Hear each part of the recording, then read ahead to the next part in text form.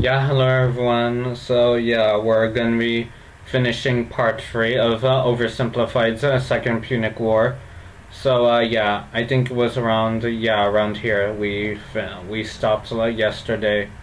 Okay, let's continue. Is Hannibal. Scipio may actually have been better. This young man, who many in Rome had doubted, had just shut those silly billies right the flip up. Mere years ago, it looked like Rome had no chance of even surviving this war. But now, the momentum of war was shifting astonishingly fast. And for Hannibal in Italy, things continued to head south. Before Scipio had even gone to Spain, the Romans had placed Capua, Hannibal's largest city in Italy, under a dangerous siege. And in order to rescue it, Hannibal needed to take drastic action. Fast. Man, everything's falling apart. Fine, I'll do it! Do what? Yeah, you've convinced me. I'll march on Rome.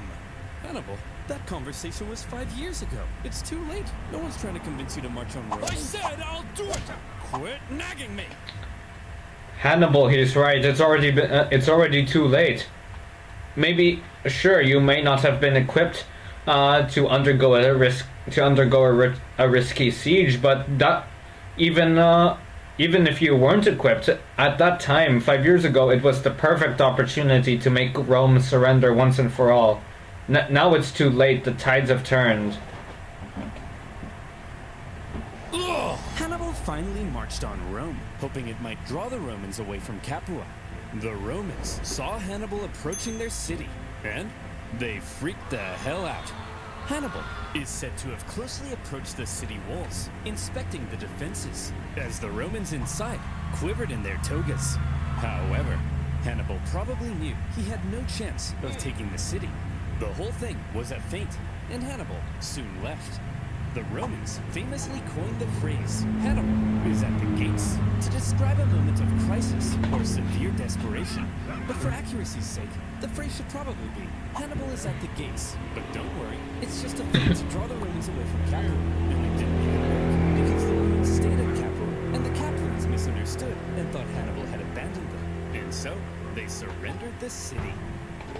Yeah, in dire situations such as that, risky ideas such as that are a 50-50 chance of failure or success, and looks like he got the bad 50%. But apparently that's not as catchy. Yeah, it's too long. Successes, including an ambush in 208 BC, where Hannibal managed to kill both consuls in one go. Hannibal was slowly but steadily losing his grip on southern Italy. Even Hasdrubal, who had fled Spain to join Hannibal, never reached his brother. He made his own dramatic crossing of the Alps, just as Hannibal had done. But unlike Hannibal, the second Hasdrubal arrived in Italy, he was immediately pulverized. The Romans then took his head and threw it over the walls into his brother's camp. Hannibal. That's gotta suck. Imagine being Hannibal. You're hoping to gain reinforcements and to see your sibling, only to have your sibling's head get thrown at you. Was becoming extremely isolated. After his impressive conquest of Spain, Scipio returned to Rome a hero. And when the election came for next year's consuls, despite not meeting the typical requirements, Scipio won in a landslide. But the question now... Yeah, remember what I said earlier. Earlier in the first episode. Rules only apply in normal situations. In dire situations, rules are dead. What would he do next? All right. What's your plan then, Scipio? You're gonna go fight Hannibal now, right? Get this, Fabius. No. Scipio's plan remained the same as before. Don't attack the monster directly. Attack his base of support, which now happened to be Carthage itself. That's right. Scipio would invade Africa. However... Yeah, because remember, a military runs on its supplies. Destroy the supplies, the military starves. Scipio understood that any invasion of Africa would stand a much better chance if he could secure an alliance with one of the African tribes. Throughout the war, Carthage's far superior Numidian cavalry, which came from this part of Africa, had played a critical role in winning battles. Numidia was divided between two rivals. Yeah, and the thing about Numidia, throughout this time in ancient history, many people would try to recruit Numidian cavalry, whether as allies or as mercenaries, because of their sheer absolute skills in horsemanship and cavalry tactics. I don't know exactly why Numidian cavalry were so skilled at what they did, but hey, yeah, that's why throughout this point in time, they were to have Numidian cavalry on your side was like having nuclear missiles in today's perspective. Rival kings. In the east, the king Syphax had sympathized with Rome for much of the war, and so at some point, Scipio visited Syphax to ratify a treaty. It just so happened, however, that the Carthaginian general Hasdrubal Gisco, whom Scipio had fought in Spain, also arrived at the exact same That's gotta be awkward. time, and so Syphax invited both Scipio and Gisco for a meal. The two men fought for Syphax's alliance, and by Roman accounts, Scipio was positively charming. Come on, Syphax, stick with us Romans. We'll build a naked statue of you.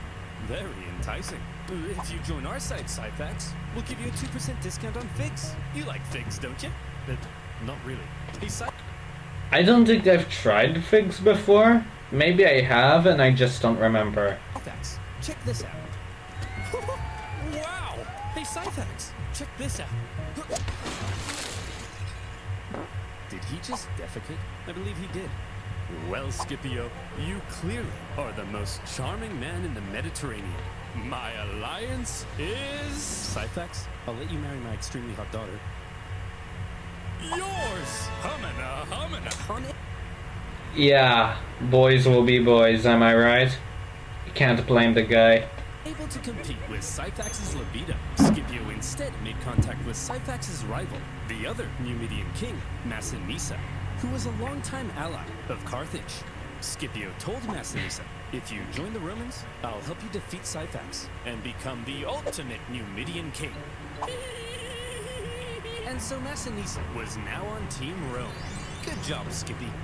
With a Numidian alliance solidified, Scipio prepared for his invasion of Africa. He raised a volunteer force that included many of the disgraced survivors from Cannae, and he set sail. Well, Terry, any news from Italy? Has Hannibal won the war yet? Who on earth? Here's Skippy!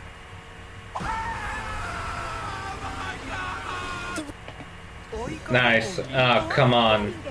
Mamacita's oyster sauce. All you need, oy sulit. Come on. Okay, so yeah, I'm really glad he did a Shining reference.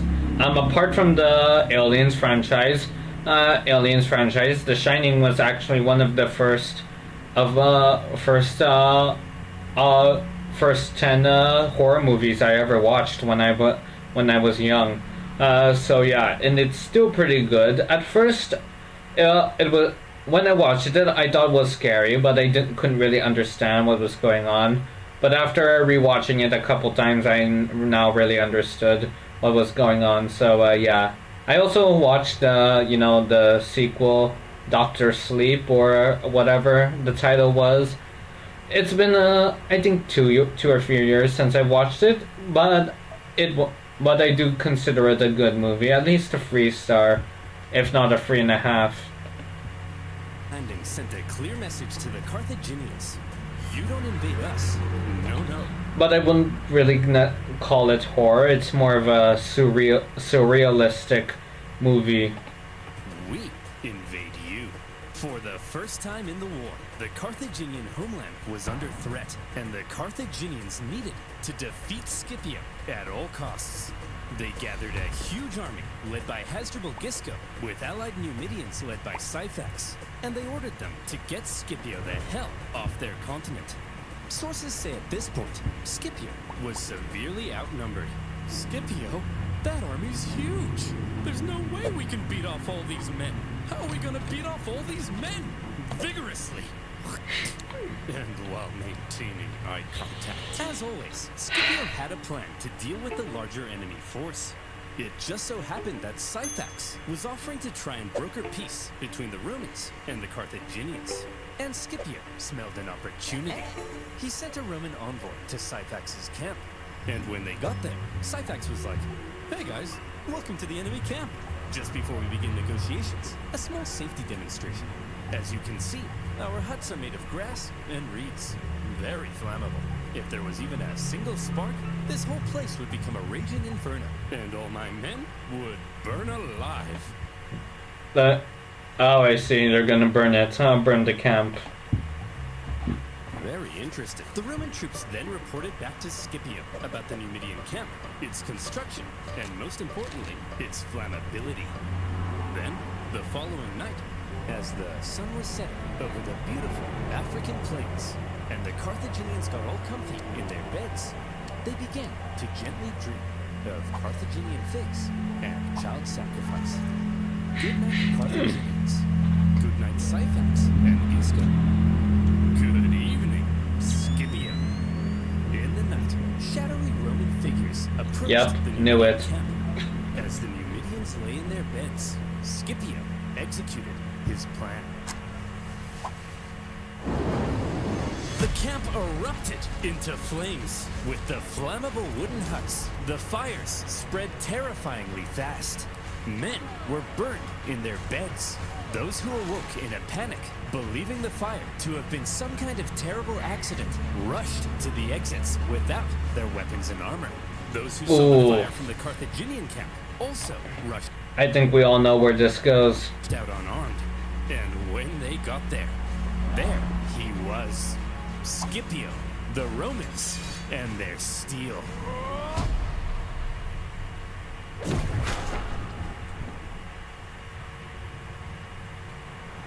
The terrified Carthaginians were met. I'm really loving the Oversimplified's improvement on his, animation and cinematography, especially with those scenes like that. Massacred, and with heavy casualties, Hasdrubal and Syphax fled the scene of the disaster. Scipio followed this incredible success with another victory against the pair at the Battle of the Great Plains. After that, Massinissa chased his rival Syphax into his kingdom, where Syphax was captured. Massinissa was now the ultimate Numidian king. He entered Syphax's capital city. He seized Syphax's palace. He even married Syphax's wife. And when Scipio got mad at him for marrying a Carthaginian girl, he then poisoned his wife. Boys will be boys. True bromance right here. Having defeated the Carthaginian armies in Africa, almost nothing now stood between Scipio and Carthage. And the Carthaginians were freaking out. What do we do? What do we do? There's only one thing left to do. Recall him. Well, Hannibal, you've been here in Italy for 16 years. This is practically your home. You're basically Italian. Yes, Gerald. And I've had such a lovely time. I ate spaghetti, did this with my hands. I've committed my whole life to this campaign. Come on! Has fallen, Sorry. all have been worth it. Hannibal, you have to return to Carthage. Your Italian campaign has been for nothing. Your whole life has been a waste.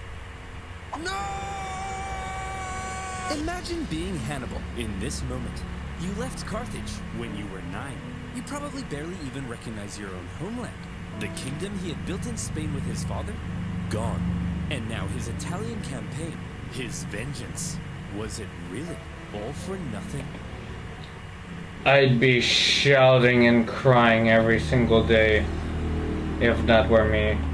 But that was that. Carthage was under threat, and Hannibal had to protect his home city. As he left Italy, in Rome, there was celebration, but also some trepidation.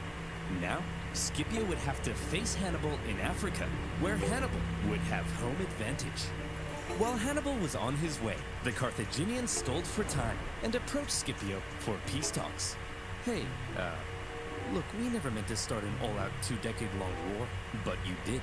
No, that was Hannibal. He's to blame for all of this. Well, all right then. Sign this peace treaty.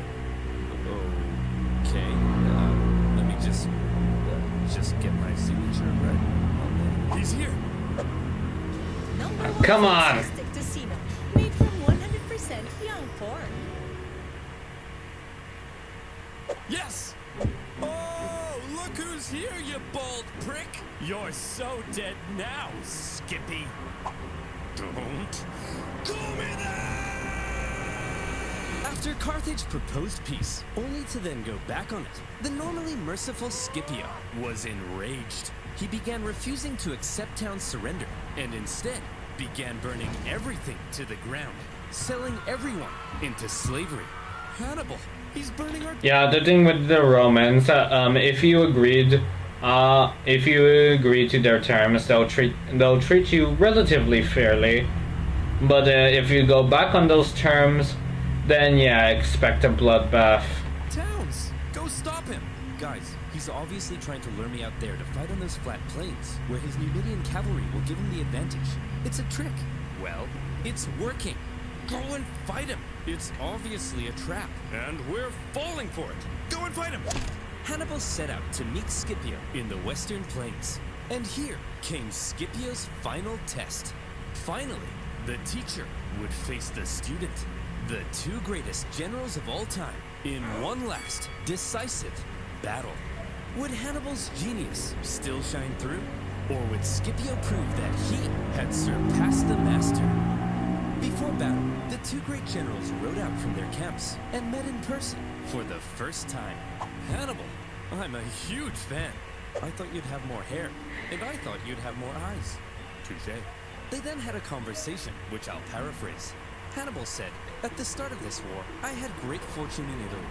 But look at me now, a sad old man who, like other sad old men, failed to conquer Rome.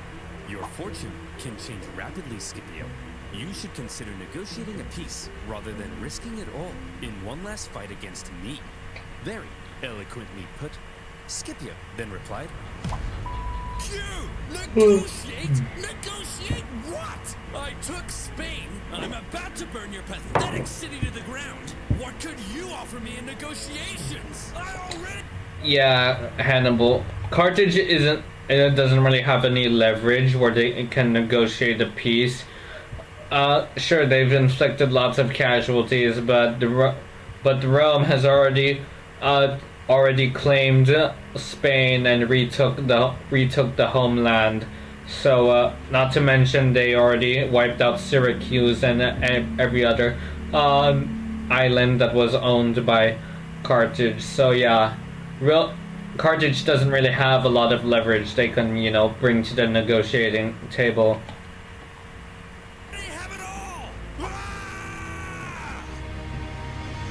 Seriously though, Hannibal, I am such a big fan. And so, it was settled. The two great generals would face off one last time in the epic Battle of Zama. Scipio gave his men, consisting of many survivors from Cannae, a pre-battle speech, telling them not only would they gain redemption, but they could become masters of the world. Hannibal told his men probably nothing, because most of them didn't even speak the same language. As the two armies lined up for battle, something interesting became clear. Hannibal had more infantry and hoped to use them to brute strength the Romans. But Scipio had the nimble Numidian cavalry and hoped to pull off an envelopment. It was a complete role reversal of Cannae. As the battle began, Hannibal made his first move. He sent his 80 war elephants to smash through and weaken the Roman infantry. Scipio had the perfect response. He had altered his formation to create passages between the Roman maniples. His light troops stepped aside at the right moment, revealing the gaps ahead of the charging elephants. Elephants, if given the choice between a suicide charge into spears or a nice clean escape, will probably choose the escape. Yeah, and a lot of the people often forget elephants are actually like pretty smart and intelligent animals. If you go on YouTube videos or whatnot, you can actually see lots of proof of them having a higher than expected intelligence. So yeah. Also, not to mention, during as scary as war elephants might sound, their impact during battle and wartime was relatively minuscule. So yeah. And that's what happened. Some elephants were so frightened from the noise that they even turned and smashed back into the Carthaginian cavalry, which the Roman cavalry then engaged. Your move, Hannibal. Hannibal wasn't an idiot. He knew that he was fighting superior Numidian cavalry on open plains. So Yep, and I forgot to mention this earlier, but during this time, the Numidians were considered the Numidian cavalry was considered to be the best of the best in the world. Like, even Rome admitted, Rome itself subconsciously admitted that Numidian cavalry was much more superior to Roman cavalry.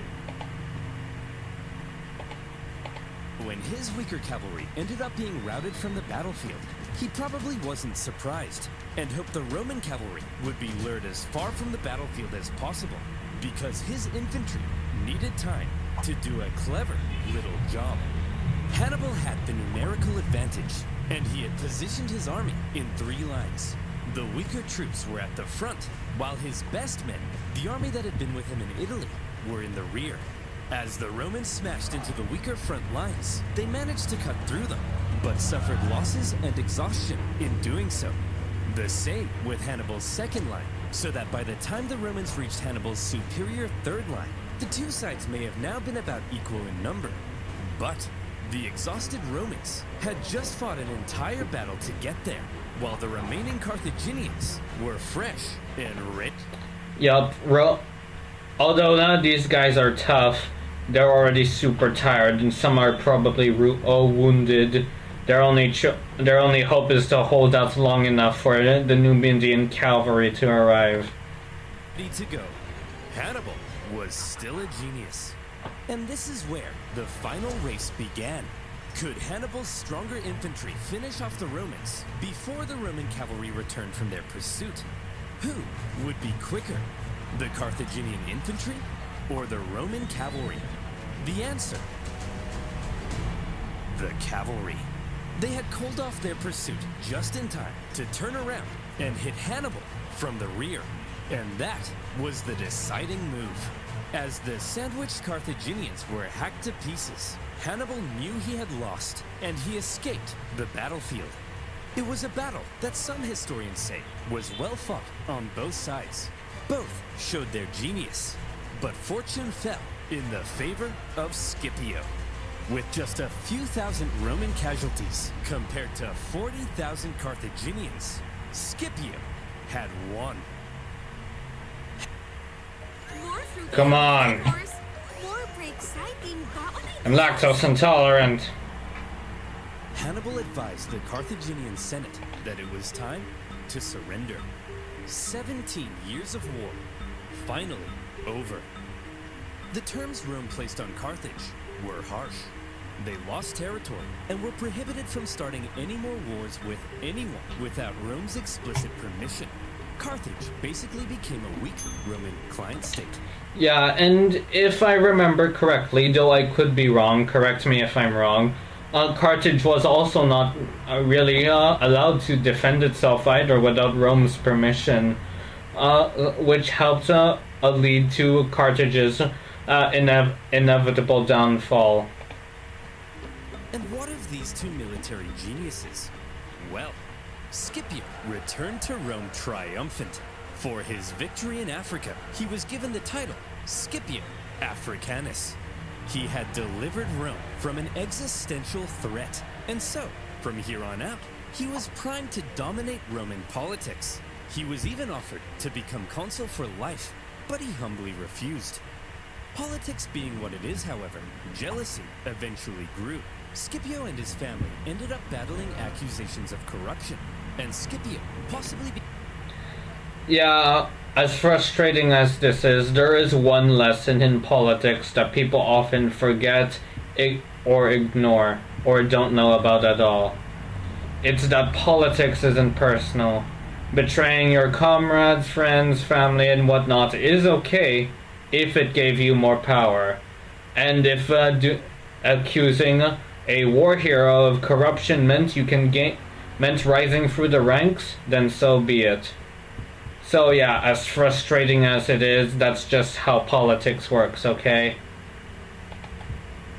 Becoming tired of Roman politics, retired to a nice country house by the coast.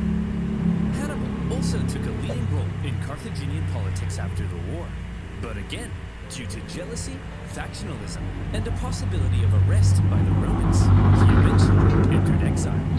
He spent the remainder of his years out east, even advising enemies of Rome. Rome's hatred of Hannibal endured, and they never stopped hoping to someday capture the monster. One story is told of how when a much older Hannibal was chilling in the city of Ephesus, a Roman delegation was sent to the city, and in that delegation was Scipio Africanus. The two men met for the second time, and they seem to have gotten along quite well. Scipio asked Hannibal who he thought the three greatest generals of all time were. Hannibal placed Alexander the Great in number 1, Pyrrhus of Epirus in number 2, and in third place, himself. Scipio then asked, "And what if you had defeated me at Zama?" "Well, Scipio, then I would have been the greatest general of all time. Please, call me Skippy." What a bittersweet moment. Just two great old men reminiscing of their glory days in the war and whatnot. So, yeah.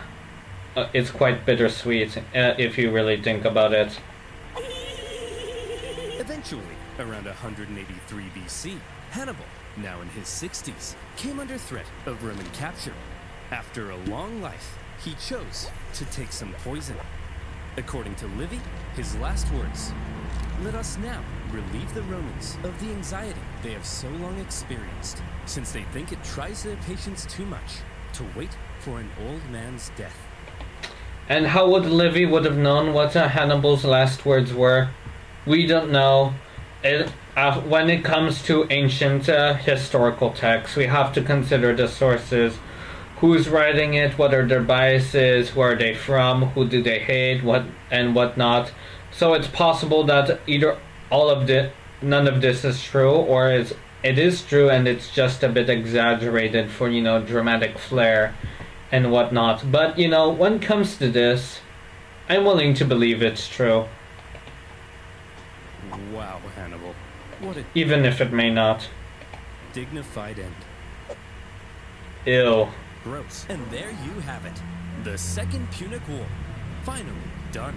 It took 17 years to end the war, and on a personal note, making these videos has also taken 17 years off my life. Carthage began to recover from the war shockingly fast, however, and anxiety's over. Yeah, it's a little bit surprising, but not unexpected that they'd recover. Because remember, Carthage was a trading empire. So if anyone could know how to make some money and recover economically, it's the Carthaginians. While Rome was more of a militaristic, expansionist empire. So sure they conducted trading as well, but not to the extent that Carthage was. For Carthage would remain in Rome. In particular, one senator would begin calling for one last crusade against Carthage to end the threat once and for all. He famously began to end all of his speeches with one singular phrase, one of the most famous phrases in Roman history. Carthago delenda est. Carthage must be destroyed.